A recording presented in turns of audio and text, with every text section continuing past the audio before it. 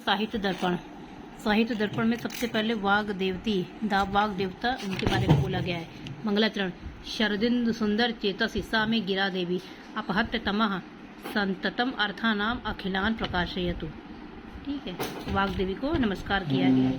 कहते हैं शरतकालीन चंद्रमा के समान सुंदर कांति वाली और श्रुति शास्त्र आगम से प्रसिद्ध व भगवती सरस्वती मेरे हृदय में विद्यमान अज्ञान अंधकार को नष्ट करके संपूर्ण ग्रंथों को वाच्य लक्ष्य तात्पर्य व्यंग्य अर्थों को सर्वथा प्रकाशित करें। 3 दोषों को दूर करना आवश्यक है इसमें। ठीक है, का प्रयोजन है चतुर्वर्ग फल प्राप्ति सुखादलपति यामपि काव्यादय यतस्तेन तत्स्वरूपम निरूपते। जिसमें चतुर्वर्ग फल प्राप्ति में कृत्य और अकृत्य इन फलों के बारे में बताया है कि सुकुमार मति वालों को और पंडित बुद्धि वालों को अनायास ही चतुर्वर्ग यानी धर्म अर्थ काम मोक्ष इन 4 फलों की प्राप्ति क्योंकि काव्य से ही वेद आदि शास्त्रों से नहीं हो सकती। अतः काव्य के स्वरूप का निरूपण किया गया। भामा क्या कहते हैं कि धर्म अर्थ काम मोक्षेषु वैच्छन्यम कला सुचा करोति कीर्ति प्रीति च साधु काव्य निबंधनम। भामा का काव्य प्रयोजन है। ठीक, अब सुख पूरक हो जाती है सुकुमार बुद्धि वालों को और पंडित बुद्धि वालों को कैसी होती है वेद आदि शास्त्रों से नीरस है इनसे चतुर्वर्ग की प्राप्त होती है। और सुख पूरक होती कैसे बुद्धि वालों को सुकुमार बुद्धि वालों को। इन्होंने काव्य की उपादेयता के बारे में अग्नि पुराण में कहा है कि नरत्वम दुर्लभम लोके, मतलब ये अग्नि पुराण में कहा गया है कि नरत्वम काव्य की उपादेयता के बारे में नरत्वम दुर्लभम लोके विद्या तत् सुदुर्लभा कवित्वम दुर्लभम तत्र शक्ति तत्र सुदुर्लभा। यानी नीरस होने के कारण वेदों ऋग्वेद यजुर्वेद सामवेद अथर्ववेद इन शास्त्रों से चतुर्वर्ग की फल प्राप्ति बड़े दुख से और परिपक्व बुद्धि वालों को होती है, सुकुमार बुद्धि वालों को दुख से नहीं होती। अब आता है त्रिवर्ग साध्यम नाट्यम। अग्नि पुराण में कहा, विष्णु पुराण में क्या है और क्या है त्रिवर्ग साध्यम नाट्यम। विष्णु पुराण में कहा गया कवलया लापाश्च च केचित। अब इसके अलावा आता है कोई कहता है अब इसमें तद अदौशो शब्दार्थो सगुणावन अलंकृति पुनः क्वापी। ये कहते हैं कि इसमें अव्याप्ति दोष है। इसके बारे में ये विश्वनाथ खुद ही करते हैं, कहते हैं न्यक्कारो हेमेव। न्यक्कारो क्या है विधेय है और हेमेव उद्देश्य है। न्यक्कारो विधेय ये उद्देश्य हेमेव है। और इसमें और साथ में स्वर्ग ग्राम मल्लिका विलुंठन वृथो छून। इसमें जो वृथा आया है ये दोष है, इसमें विधेय विमर्श दोष है। विधेय विमर्श दोष है इसमें। ये विष्णु यानी कि जो भी काव्य और समस्त ये ठीक है। ये अब आता है, अब बता रहे हैं कि इसमें कौन सा दोष है विधेय विमर्श दोष दुष्टतया और दूसरा कौन सा है अव्याप्ति लक्षण दोष है। अव्याप्ति लक्षण दोष यानी विधेय विमर्श दोष है। न्यक्कारो क्या है विधेय है, अयम उद्देश्य है। ठीक है, और स्वर्ग ग्राम विलुंठन जो स्वर्ग ग्राम विलुंठन है, स्वर्ग ग्राम विलुंठन यहाँ वृथा पद कैसा है ये वृथा विधेय है।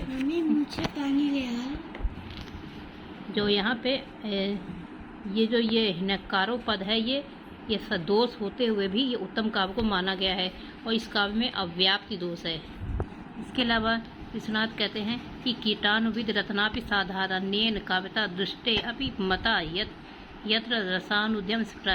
यानी कीट के छत रत्न आदि के समान दोष रहने पर भी यदि काव्य में रस आदि का अनुभव व्यक्त होता है तो वो काव्यक्त माना जाएगा। इसके अलावा कहते हैं ये रसस्य अंगिनो धर्मा शौर आदि इवात मना। यानी कि ये कह रहे हैं कि शब्द अर्थ का सगुण तो ठीक नहीं है, अर्थात शब्दार्थों का विशेषण सगुण ठीक नहीं क्योंकि गुणों की अवस्थिति में अर्थ में नहीं होती है। गुण जो होते हैं वो रस में निवास रहते हैं। गुण कहाँ रहते हैं रस में रहते हैं, शब्दार्थ में नहीं रहते हैं। तो विश्वनाथ कहते हैं कि जो काव्य शब्दार्थो शरीरम। काव्य क्या है शब्द अर्थ का शरीर है और रस क्या है आत्मा। गुण क्या है शौर की तरह, दोष क्या है काड़ा आदिवत की तरह। रीति क्या है? अव्यय संस्थान है। अलंकार है कटक कुंडलवत। अलंकार कौन है? कटक कुंडलवत। और ये काव्य सा अलंकार जो सहित जो शब्द अर्थ होते हैं, ये काव्य में उत्कर्षता के धायक होते हैं। क्या होता है? अलंकार सहित शब्द अर्थ ये काव्य में उत्कर्षाधायक होते हैं। ठीक है। अब आता है इसका वो एक बताते हैं कि यहाँ पे ये वक्रोक्ति काव्य है, यहाँ पे कोई भी स्फुट अलंकार नहीं है। इसका उदाहरण क्या बता रहे हैं? इसका उदाहरण ये बता रहे हैं कि यह कौमार हरा सा एव वरस्ता एव चैत्र छपात नीली अमरावती, ये हैं रेवो वेतसी रुते चेता समुत्कंठे। यहाँ पे अस्फुट अलंकार है, ये अस्फुट अलंकार का उदाहरण है। कह रहे हैं कोई भी अलंकार नहीं है, कोई भी अलंकार नहीं है यहाँ पे। और यहाँ कह रहे हैं कि यहाँ विभावना विशेषोक्ति हो सकता है। जैसे अदोषम गुणवत अलंकार अलंकृतम रसान्वितम कवि कुर्वन कृति प्रीति विन्दति। ये कह रहे हैं कि दोष शून्य सगुण अलंकारों से अलंकृत रस युक्त काव्य को करता हुआ कवि कृति प्रीति को प्राप्त करता है। इत्यादि वचनों का भी काव्य लक्षण खंडित हो गया, क्योंकि दोष गुण आदि का खंडन में निवेश नहीं हो सकता। ठीक है। तो ये कह रहे हैं कि यहाँ विभावना अलंकार है, ये कोई कह रहा है कि यहाँ पे विशेषोक्ति है। तो यही कह रहे हैं कि इस पद के अंदर यानी यह कौमार हरा, यानी यह कौमार हरा, इस पद के अंदर विभावना विशेषोक्ति दोनों ही अलंकारों दोनों ही अलंकार का अभाव है, दोनों ही अलंकारों की उपलब्धि होती है, क्योंकि उत्कंठा के कारणभूत पति आदि की अभाव होते हुए भी उत्कंठा रूप कार्य का कथा किया जाता है, विभावना अलंकार है। और उत्कंठा के अभाव में कारण है, तो पति आदि के होने पर भी फल रूप उत्कंठा के अभाव में कथन न करने से विशेषोक्ति है। इस प्रकार दोनों लक्षण मिलते हैं, किंतु किसी का विनिश्चायक हेतु नहीं है। अतः यहाँ विभावना विशेषोक्ति मूलक संदेह अलंकार सुस्पष्ट है। ध्वनिकार कहते हैं काव्य आत्मा ध्वनि, काव्य की आत्मा ध्वनि होती है। ठीक है। अग्नि पुराण में कहते हैं वाग वैदग्ध प्रधाने अपि रस एव अत्र जीवितम। क्या कहते हैं? अग्नि पुराण में क्या कहते हैं?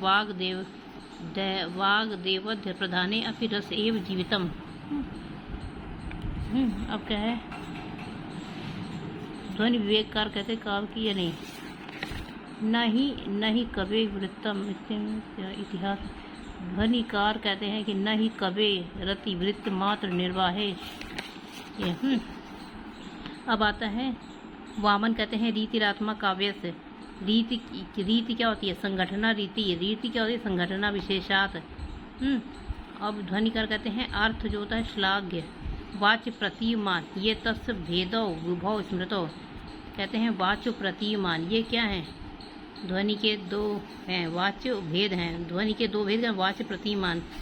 कौन मानते हैं? ये ध्वनिकार, वामन ध्वनिकार यानी ध्वनिकार मानते हैं। अब आता है वाक्य रसात्मकम काव्यम। विश्वनाथ कहते वाक्यम रसात्मक काव्यम, यानी रस एव आत्मा रूप सार्थ्य जीवन धायको यस्य।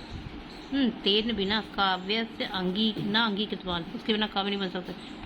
तेन बिना तस्य काव्य से अंगीकारात रसते इति रसा। इसका उदाहरण देते हैं शून्यम वास गृहम विलोक शयन उत्थाय किंचित निद्रा सुविचरम और लज्जामुखी प्रियेण हस्ता बाला चिरम चुंबिता। यहाँ पे संभोग श्रृंगार रस है। ठीक है। और दूसरा है भाव का है यस्या लियत सल्क सिमनी जलधि पृष्ठे। ठीक है। क्रोध सड़े, ये क्या है? भाव का है। यहाँ पे भगवत विषयक रति भाव है। अब आता है रसा भाव। रसा भाव का है मधु दुरेफा कुसमेत पात्रे पपो प्रिया स्वानुवर्तमान। तो यहाँ पे संभोग श्रृंगार का तिर्यक विषय रूपी आद्रभास है। यहाँ पे क्या है? यहाँ संभोग श्रृंगार का पक्षी विषयक होने के कारण रसाभास है। इसी प्रकार अन्य भावास के उदाहरण समझने चाहिए। अब आता है दोष। दोष कहते हैं उत्कर्ष। गुण क्या होता है, दोष क्या होते हैं, दोष होते हैं अपकर्ष का। 10 दोष क्या होते हैं, तो दोष होते हैं दोषा तस्य प्रकर्ष का। यानी कि काव्य की आत्मा के रस में जो उपचार प्रयोग, ये क्या है, अपकर्ष कारक के कौन होता है, दोष होते हैं। दोष होते हैं। ये सप्तम परिच्छेद में इसका किया जाएगा। अब गुण क्या है, तो गुण का स्वरूप बताते कहते उत्कर्ष हेतु प्रोक्ता गुण अलंकार रीति। गुण अलंकार रीति यानी गुण होते हैं शौर की तरह होते हैं, शौरवत अलंकार, कटक कुंडल आदि की तरह। गुण होते हैं शौर की तरह हैं। अलंकार किसकी तरह होता है, कटक कुंडल की तरह। रीति अवयव संस्थान की तरह। रीति क्या होती है, अवयव संस्थान की तरह। और देह द्वार से शब्द अर्थ के द्वार की तरह। ठीक है। अब आता है दूसरा परिच्छेद। अब आता है दूसरा, अब आता है जैसे रसाभास का होता है मधुद्रेफा, ये बता दिया था ना, ये दोष बताया ना, तस्य अपकर्ष का दोषा। फिर गुण होते हैं, गुण होता है गुण अलंकार उत्कर्ष हेतु प्रोक्ता गुण रीति आदि बता दिया था ना। गुण शौर की तरह है, अलंकार कटक कुंडल की तरह, रीति अवयव संस्थान होती है ना, उत्कर्ष धायका। अब आता द्वितीय में वाक्यम रसात्मकम काव्यम। वाक्य नहीं, ये दूसरे में क्या है, ये वाक्य। वाक्य स्यात् आकांक्षा योग्यता आसक्ति युक्ता पदोच्या वही ना सिंचती, ये क्या है, और आकांक्षा प्रतीति परेशान आकांक्षा। आसक्ति होता है बुद्धि छेदा, नहीं आकांक्षा क्या है, जैसे गौ पुरुषो हस्ती, ये आकांक्षा है। आसक्ति क्या होता है, बुद्धि विच्छेदा आसक्ति, बुद्धि का विच्छेद क्या है, आसक्ति।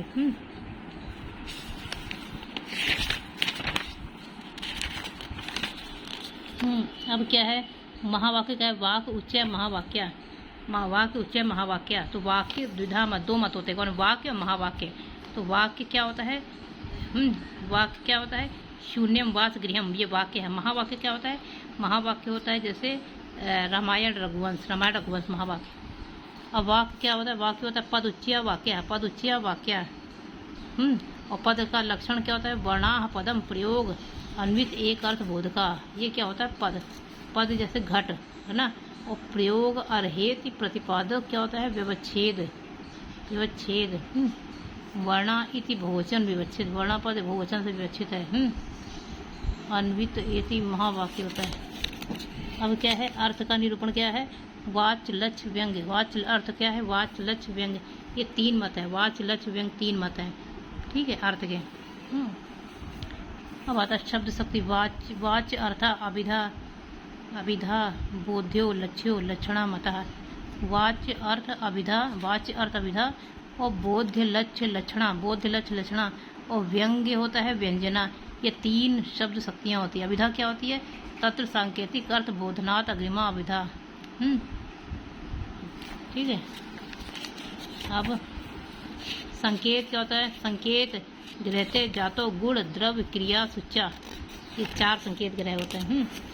अब क्या होता है, जाति क्या होती है, गोत्र जाति। गुण क्या होती है, विशेषाधान हेतु सिद्ध वस्तु धर्म शुक्ल आदि। गवाक्षी। द्रव्य क्या होता है, एक व्यक्ति वाचिनो द्रव्य हरिहर ढित, जैसे क्रिया होती है साध रूपा वस्तु धर्म, जैसे पाक आदि क्रिया होती है। ये पाक आदि क्रिया, पाकवन को क्रिया कहते हैं। अब आती है लक्षणा। अभिधा के बाद किसकी बारी आती है, लक्षणा की।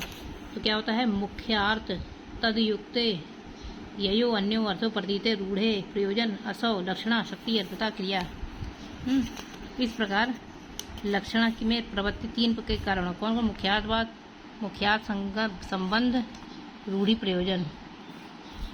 अब आता कलिंग साहित्य का और गंगायाम घोषा। कलिंग साहित्य का गंगायाम घोषा, कलिंग साहित्य का गंगायाम घोषा। ये होती ईश्वरानुवाद, स्वाभाविक इतरा ईश्वरानुभाविता।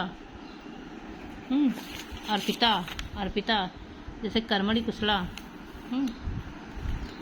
स्वाभाविक इतरा अर्पिता, ईश्वरानुभावित। स्वाभाविक इतर यानी अस्वाभाविक। अब आता है उपादान लक्षण होता है, मुख्यार्थ इतर आक्षेपो वाक्य से अन्वय सिद्ध है, स आत्मन उपादान द्वेषो उपादान लक्षणा। उपादान लक्षणा यानी सेतो धावती, उपादान लक्षणा, श्वेत दौड़ते हैं। इसका क्या होता है, लक्षणा के दो होता है, रूढ़ि प्रयोजन, दो कारण, रूढ़ि प्रयोजन। लक्षणा क्या है? अर्पणम स्वास्य, वाक्यार्थे परस्पर अन्वय सिद्ध है। उपलक्षण हेतु द्वेषा, लक्षणा लक्षण रचना, कलिंग सहिता गयम घोषा।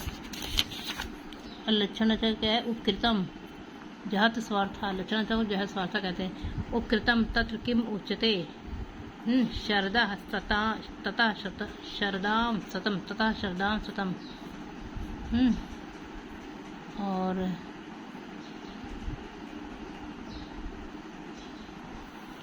अब आता सरोपा क्या होता है? विषय से निर्गणीय से तदात्म प्रतीति कृत सरोपा, ये अनिर्गणीय होती। सरोपा क्या होती है? ऊपर वाली सरोपा है। विषय से अनिर्गणीय तदात्म प्रतीति है, और सरोपा क्या होती है? अनिर्गणीय से चार वचानिका, जैसे रूप कालम। सरोपा जैसे अश्वा सेतु धावती, ठीक है। एते कुंता प्रसन्ति। और सरोपा क्या होगी? कलिंग पुरुषो युद्धते आयुर्घृतम, ये है राजकीय पुरुषे गच्छति, राजकीय पुरुषे गच्छति, ठीक है। ये सब सरोपा है। स्वस्वामी हस्तो अयम। अब क्या है?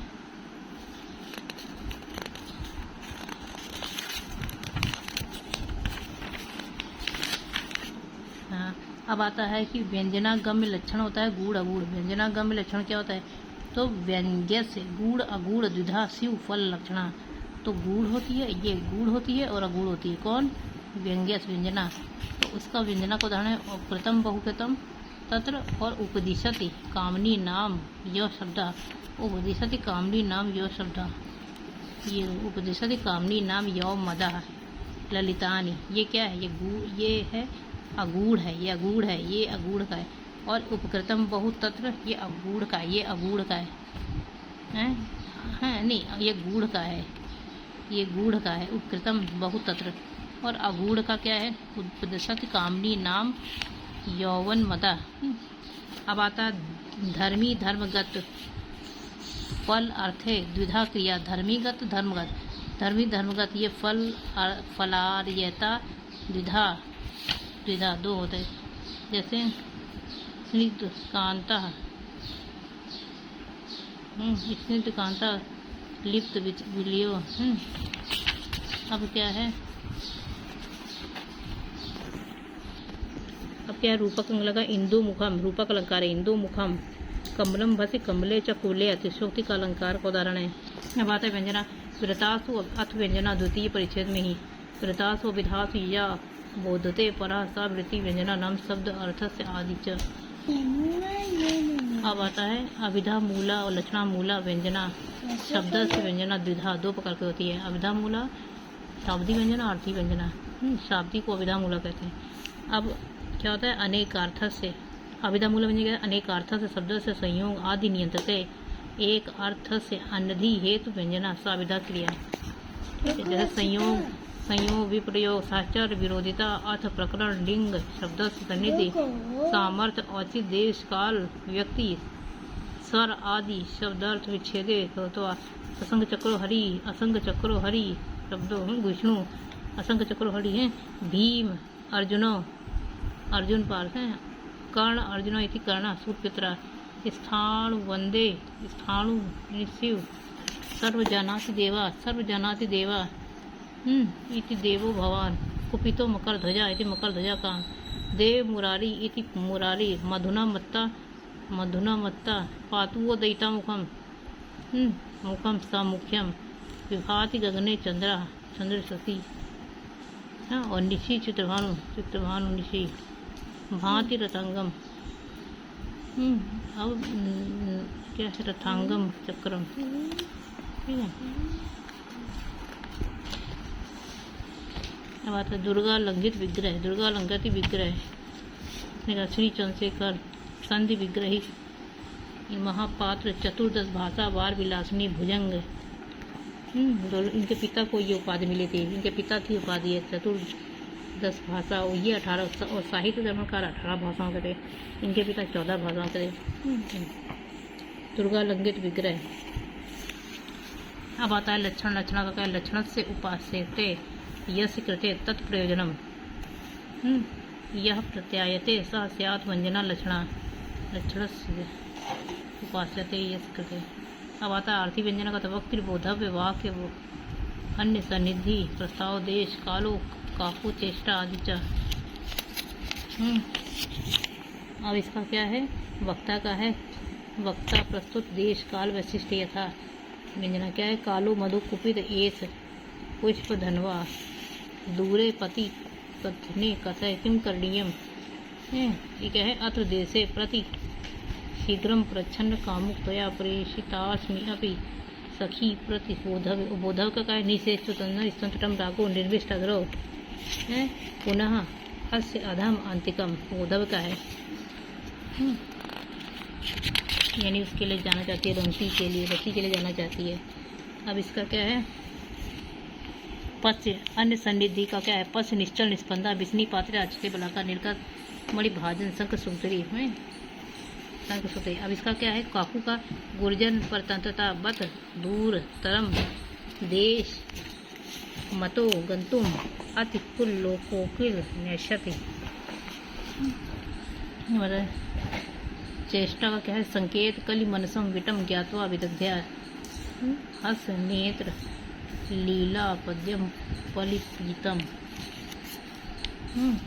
शब्द बोध्यो व्यक्त शब्दों अर्थ एक व्यंजकत्व तदन्य सहकारता। शब्द बोध व्यंजकत्व यानी इस प्रकार अर्थों के द्वारा तीन प्रकार के कारण, तीन प्रकार के शब्द और अर्थ के प्रतिपाद्य होकर शब्द और अर्थ का आश्रय लेकर है और एक ही व्यंजक होने के नाते सहकारिता होती है, अर्थात अप्रधान कारण होता है। अब क्या है? तात्पर्यावृत्ति। तात्पर्यावृत्ति पदार्थ अन्वय सिद्ध है। तात्पर्य तदर्थ बोध के, यानी एक अर्थ बोधन। एक अर्थ तात्पर्य क्या है? एक अर्थ एक पदार्थ बोधन।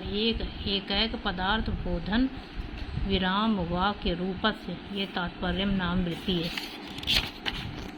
अब आता क्या है? भावेन अनुभावेन व्यक्ता संचरणा रसताम इति स्थायी भाव सचेतसाम। लोचनकार कहते हैं। लोचनकार कौन है? यही साहित्य धर्मकार।